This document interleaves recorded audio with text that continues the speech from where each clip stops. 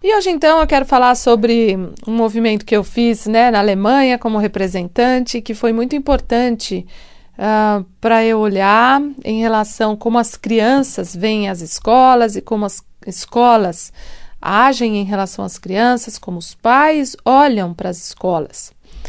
Eu vou dar algumas informações, porque a pedagogia sistêmica cada vez está abrindo um campo maior aqui no Brasil e eu estou feliz de poder participar disso, né, dessa abertura. Então, você que tem uma escola ou você que queira conhecer mais sobre isso, entre no meu site simonearrojo.com.br e me mande um e-mail, porque existe uma escola na Cidade do México, que é parceira da Hellinger Schule.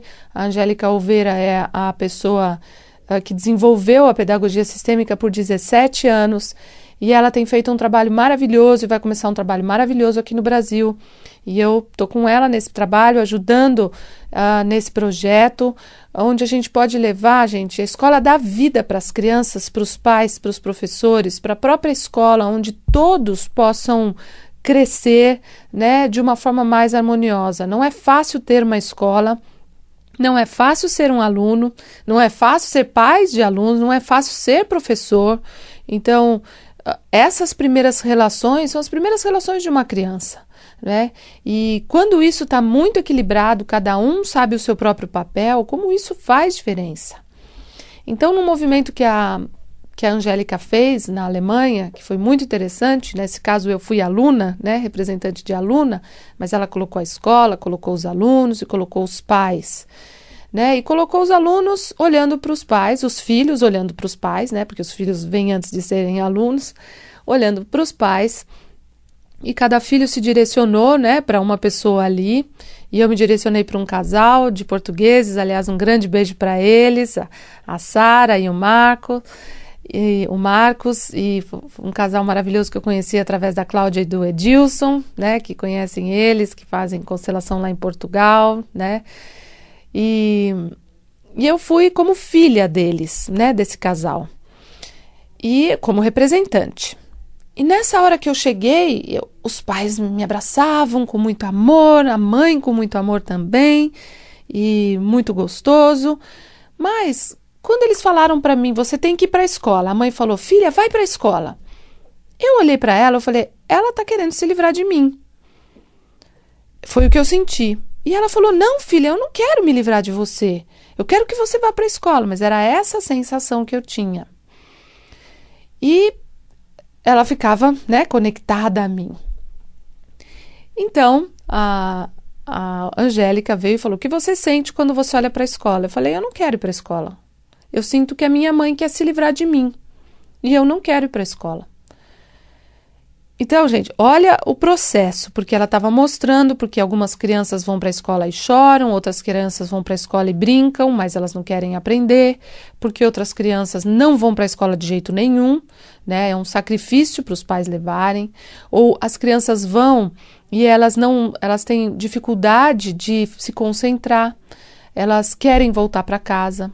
Com quem elas estão conectadas de verdade?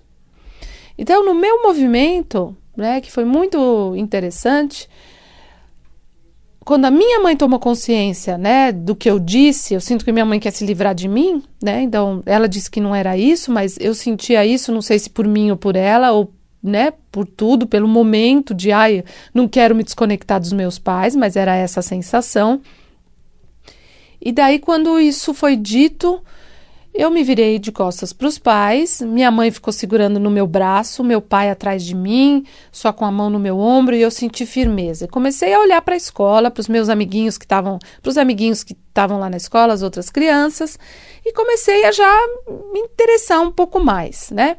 E assim foram ocorrendo vários processos com outros alunos e com outros filhos e com outros pais. Mas esse era o meu momento. E daí a Angélica falou, o que você está sentindo agora? Eu falei, eu olho para a escola de forma desconfiada ainda, né? Mas eu quero dizer para a escola e para a professora que você não é a minha mãe. E daí a escola e a professora disseram, ok, eu sei que eu não sou a sua mãe. Daí eu fui ficando mais tranquila, tipo, não vem mandar em mim como a minha mãe, porque você não é a minha mãe. E outras coisas foram ocorrendo concomitantemente com outras crianças, outros alunos, tudo isso de forma representante, né, no local, no campo. Daí chegou um momento, minha mãe apertava meu braço e eu dei uma olhada para ela, tipo, me desaperta, né, desgruda do meu braço. Eu falei, ok, agora eu vou para a escola, mas só se o meu pai me levar. Porque era a pessoa que eu sentia mais força, que estava mais equilibrado para me levar para a escola. E daí o meu pai me levou para a escola e eu fui, fiquei com os meus amiguinhos ali, olhando para outros amiguinhos que estavam agora na minha frente, tendo dificuldades de se desconectar dos próprios pais para vir para a escola. E ficava também olhando, eu me sinto segura aqui, estou com os meus amigos, a minha professora está na minha frente, né? Eu estou sentindo agora mais segurança também com a minha professora. Porque agora ela tem o lugar dela, né? Que é o lugar de ensinar, que é o lugar... Mas mesmo assim, né? Eu ainda queria brincar, né? Um pouco de olhar para a hierarquia, não respeitar muito. Mas esse era o meu papel e talvez isso tinha a ver também com a minha história quando eu era criança. E daí os amiguinhos aos poucos vinham chorando, outros vinham alegres, outros tinham conseguido finalmente fazer com que os pais resolvessem os próprios problemas para eles virem para a escola, né? Então, gente, que movimento lindo a gente perceber, porque a escola é a má consciência. A má consciência não é no sentido ruim, não, né? Que essa palavra, ou essa, né, má consciência, essa forma de dizer que o Bert colocou, boa consciência é quando a gente só faz tudo do jeito que já era. Quando a gente vai para a escola, a gente amplia a nossa consciência, a gente vai fazer algo diferente, porque nós vamos conhecer outras pessoas, outras formas de ser. Então, a nossa consciência se amplia. E talvez a gente sinta que, aprendendo coisas novas, talvez eu sinto que eu não pertenço mais só à minha família, agora eu já pertenço a algo maior. A escola me mostra esse movimento de que não existe só a minha realidade familiar, existe uma outra realidade. Ali tem a realidade da escola, com as regras deles, existem outros amiguinhos que comem coisas diferentes, que brincam de outras coisas, que falam de outras coisas, porque vêm de outros sistemas. Então, por isso que é dito também que a escola é a má consciência, porque a escola amplia, a escola te leva além da família, né? E às vezes a gente sente culpa, porque é melhor ir lá para casa, porque lá para casa eu já estou acostumada, é tudo daquele jeito. Ou quem tem um inferno em casa, né, quando vai para a escola fala, meu Deus, estou livre, né?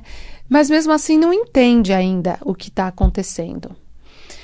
Gente, esse processo sempre foi meu sonho. Quando eu aprendi sobre constelação familiar, eu falava, por que eu não aprendi isso antes? Se as crianças tivessem noção do que são essas ordens do amor, do que elas podem fazer, elas devem ir para a escola com alegria. Mas minha mãe é depressiva, meu pai bate na minha mãe briga com meu pai. O que uma professora pode fazer em relação a isso? Então, a constelação, a pedagogia sistêmica, ela dá orientações, né, dá estrutura, conhecimento, para que os professores também saibam qual é o lugar deles, para que a escola também sinta força, né, em relação aos pais, porque afinal é bastante responsabilidade, né, pegar essas crianças. Os pais às vezes colocam, né, que a escola deve fazer ou ensinar determinadas coisas que eles não sabem como fazer. Então, a gente não está, novamente, para julgar pai, mãe, para julgar a escola, para julgar professor, para julgar os alunos. É enxergar de uma forma ampla, de uma forma diferente, para que a escola realmente seja um caminho de conhecimento, de amplitude de alma, de vida. Porque não adianta só a gente aprender matemática, mas a minha mãe está apanhando em casa, né? Ou a minha mãe é depressiva, ou o meu pai está desempregado, ou meu pai tem uma autoestima muito baixa. Como eu consigo crescer? Como eu consigo ter uma autoestima boa? Né? Então, percebam agora vocês, quando eram crianças, como vocês foram para a escola, que dificuldade vocês tiveram, se vocês tiveram medo de ir para a escola, tinham vontade de voltar para casa ou não tinham vontade de voltar para casa, como era a sua relação com a sua professora ou com o seu professor, como era a sua relação com as matérias que você tinha, dificuldade de aprender tal matéria, dificuldade de aprender um idioma, dificuldade de se relacionar com os amiguinhos, né? Então, porque tem aula de educação física, a aula de educação física eu não gostava, achava perda de tempo. Porque talvez culturalmente o esporte não seja algo importante para a família, né? Ou a interação, a brincadeira através do esporte, o fluir com a vida, né? Porque você pegar uma bola, a bola flui. Você tem que pensar naquela hora e pensar, puxa, eu vou jogar aquela bola para aquela pessoa. Tudo isso é um fluir, né? O esporte te dá essa mobilidade, né? Eu fui esportista quando criança e agradeço muito aos meus pais por terem permitido que eu fosse, né, uma esportista, fui esportista profissional, e agradeço muito aos meus pais por essa oportunidade, porque eu aprendi muito sobre errar e acertar, sobre trabalhar em grupo. Eu jogava vôlei, né, então você está num campeonato, você tem que treinar, você tem que ter regras, mas se um amigo erra, o quanto você pode ajudar, né? Ou aquela pessoa está precisando de uma bronca mesmo, ou quando você erra, você está precisando de uma bronca mesmo, ou está precisando de um tá tudo bem, né? Porque tem gente que precisa da bronca para funcionar, e tem gente que precisa, olha, não, tá tudo bem, errou um saque, tá tudo bem, né? Para que você vá de novo com confiança, para agora acertar o saque, para agora continuar no jogo, como a gente continua no jogo. Então, gente, a nossa primeira infância, a escola, é uma estrutura muito importante. Os pais que querem dar o melhor para os seus filhos também deveriam conhecer o que é a constelação familiar, para que vocês pudessem deixar o que é de mais precioso para os seus filhos, que é força, alegria e ordem. Quando essas crianças conseguem ter isso, elas fazem tudo com a vida delas, né? Porque elas não estão dependentes dos pais, mas elas também não são desprezadas pelos pais, elas também não estão ali com uma expectativa, né? Porque o pai não fez faculdade ou fez faculdade, ele quer que o filho ainda seja melhor do que ele. Essa expectativa também em relação aos filhos, a que sejam muito bem-sucedidos na escola, isso também gera uma tensão para uma criança, e a criança às vezes começa a querer comer demais, a não querer mais ir para a escola, porque é uma expectativa muito grande dos pais, né? Então, quem quiser conhecer um pouco mais sobre esse trabalho, a Angélica estará aqui em dezembro e vai fazer workshops, enfim, eu também tenho ajudado a fazer reuniões com escolas para que essa técnica seja introduzida para as crianças. Então, quem tiver indicações de escolas que queiram participar desse tipo de trabalho, pode entrar em contato comigo no meu site, simonearrojo.com.br, é só mandar um e-mail, tá bom? E é isso, falando sobre hoje um pouco mais sobre essa visão ampla desse primeiro momento que é tão importante.